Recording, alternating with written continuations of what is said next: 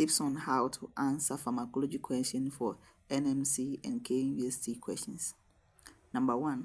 If you are familiar with the medication, use nursing knowledge to answer the question. 2. Remember that the questions will identify the generic name and the trade name of the medication. 3. If the question identifies a medical diagnosis, try to form a relationship between the medication and the diagnosis.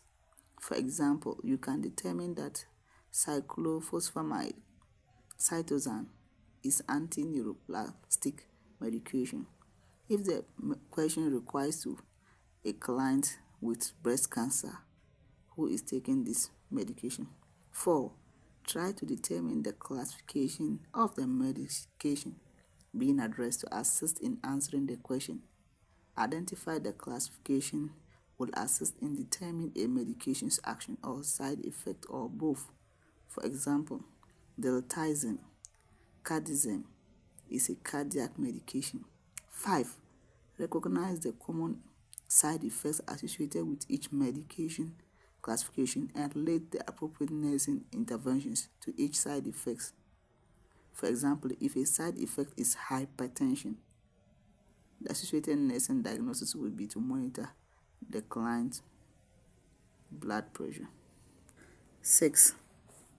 Learn medications that belongs to a classification by commonalities in their medication names. For example, medications that are xanthines bronchodilators ends with line, e.g. theophylline. 7.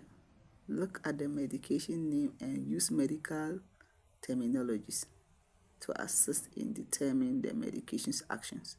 For example, low pressure lower the blood pressure. 8. If the question requires a medication calculation, remember that a calculator is available on the computer. Talk yourself through each step to be sure the answer makes sense and recheck the calculation before answering the question, particularly if the answer seems like an unusual dosage. Note: pharmacological pyramid points to remember. 1. Generally, the client should not take an antacid with medication because the antacid will affect the absorption of the medication. 2. Enteric-coated and sustained release tablets should not be crushed. Also, capsules should not be opened. 3. Clients should never adjust or change a medication dose or abruptly stop taking a medication. 4. The nurse should never adjust or change the client's medication dosage and never discontinue a medication. 5. The client needs to avoid taking any over-the-counter medications or any other medications such as herbal preparation unless they are approved for use by the healthcare provider. 6. The health needs. The clients need to avoid consuming alcohol. 7. Medications are never administered if the order is difficult to read, is unclear, or identifies a medication dose that is not a normal one. Practice question. Answering pharmacology questions. Quinapril hydrochloride acopril is prescribed as adjuvantive therapy in the treatment of heart failure.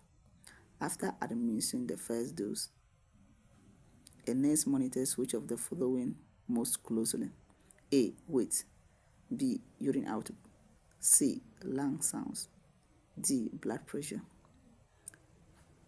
Answer is D.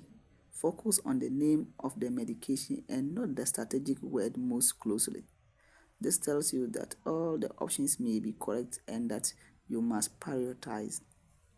Recall that the medication names of most angiotensin-converting enzyme inhibitors ends with pril, and that these medications are used to treat hypertension, excessive hypotension, first dose syncope can occur in clients with heart failure or in clients who are severely salt depleted or volume depleted. Although weight, urine output, and lung sounds should be monitored, the nurse would mostly closely monitor the client's blood pressure. Remember to use pharmacological guidelines to assess in answering pharmacology questions.